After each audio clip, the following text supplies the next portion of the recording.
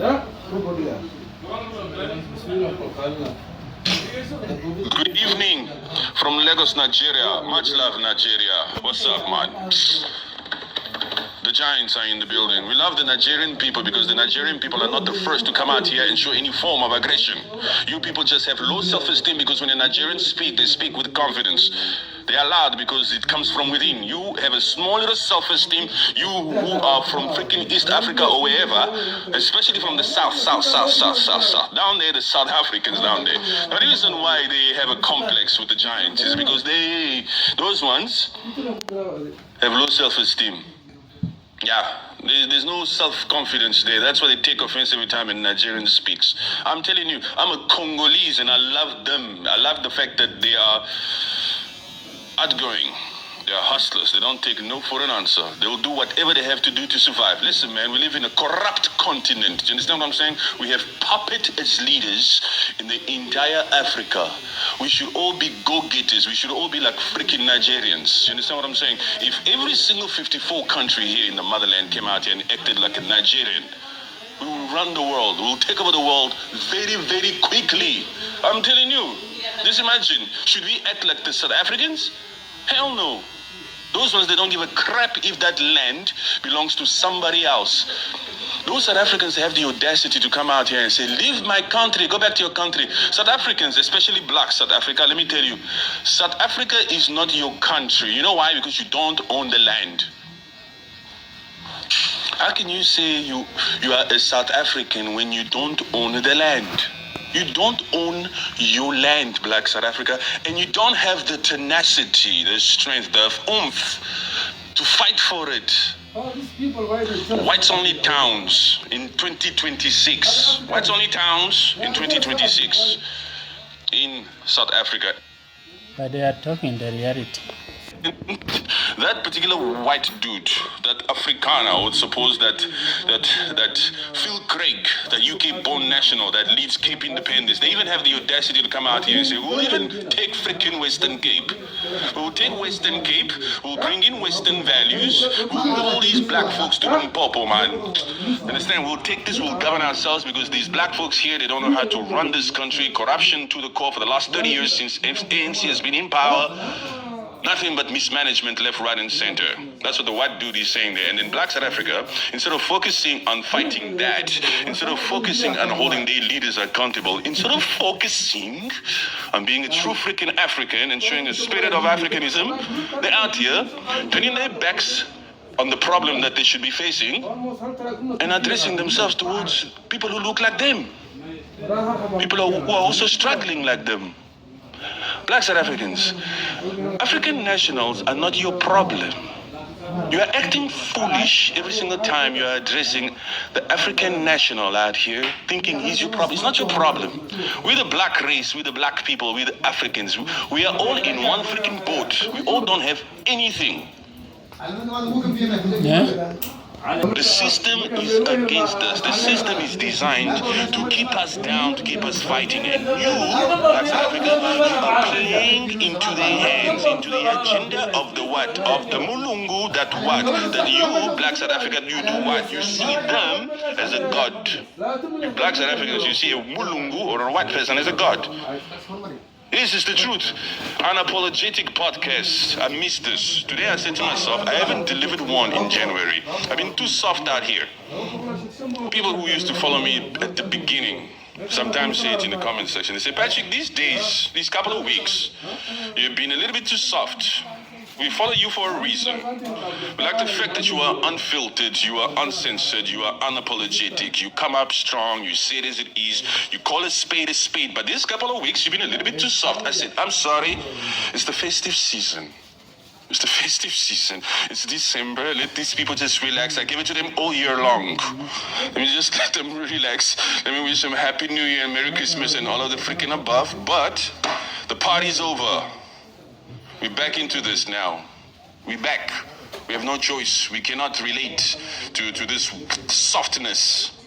This choosing our words out here. We need to be completely unfiltered here. You know why it's so effortless? And why I'm not even taking time to breathe? There's no gaps. You know why I keep going on with this freaking vocabulary and I can deliver all night long? It's because it's effortless. It's the truth. It's the truth. I don't have to choose my words. I just open it up and speak. It's the freaking truth. Wouldn't you want to know what's in my cup?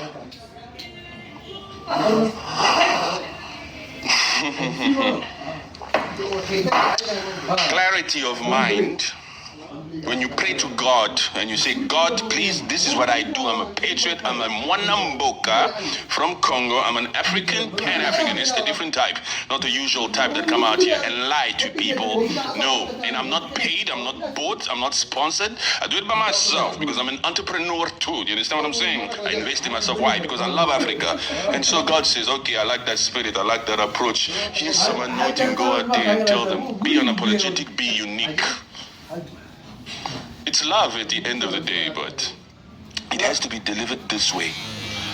Because some of you are used to this new age where you're so freaking sensitive. You're out here and you want people to beg you to join. Look here, we're not going to beg you into this African unity anymore.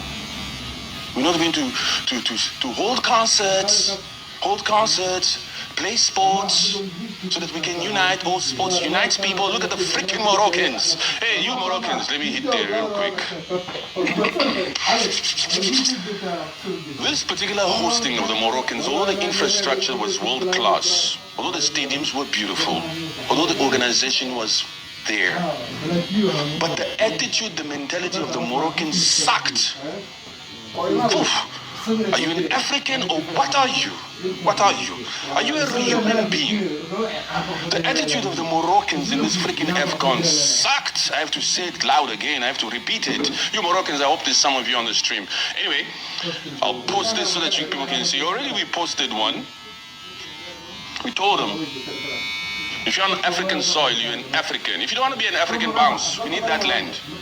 Understand? We're not going to carve up Africa anymore. We are working very hard to make sure that we denounce 1884 when those people that sat in Berlin that came out here to carve up the motherland. We are one people. We don't need freaking Moroccans to come out here and try to. Who actually said that we are a sub-Saharan country? You see, it's even in the freaking words. That's what upsets me. Why sub? Why sub? Already they put it in the brains, in the minds of our kids. For you to think of yourself as a sub, as an underneath. You are down there, you be on top. You are sub. We are sub. I'm not a freaking sub. We are not subs.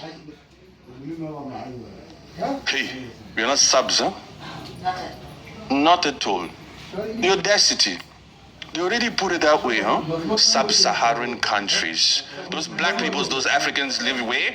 In the sub-Saharan countries. We're going to hold the AFCON up here. Feel privileged when you come up here. When you come up here to Morocco, feel privileged. You guys are not taking the bus, you're taking the metro. You players from Senegal, you will take the metro to the freaking stadium. You will not ride in buses like the Moroccans. Even hotels, you will not stay in that area, you will stay in that area. So many crap, so many racist tones, acts were done, not just the ones that happened on the pitch, where we saw those corrupt officials and corrupt authorities like those police that were there fighting the fans, like those corrupt freaking officials that were out there taking the towels of the Senegalian players. Hey, fate still freaking had it that we came out to prevail. We still whooped you. You know what is so beautiful about this? We won.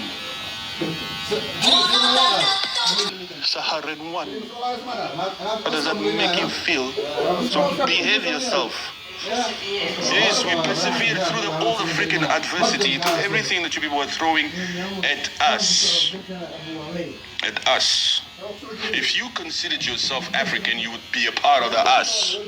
But since you have your freaking attitude is out here wanting to call us subs, we're gonna say we won against you.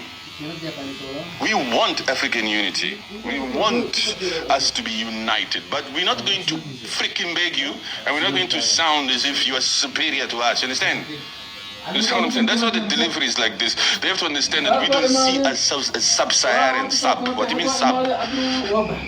We see ourselves as equal. That's why we're talking like this. If you have the guts, if you have the vocabulary, if you have the IQ, if you can go for it, if you have right, Doc, answer in the freaking comment section. He separated us.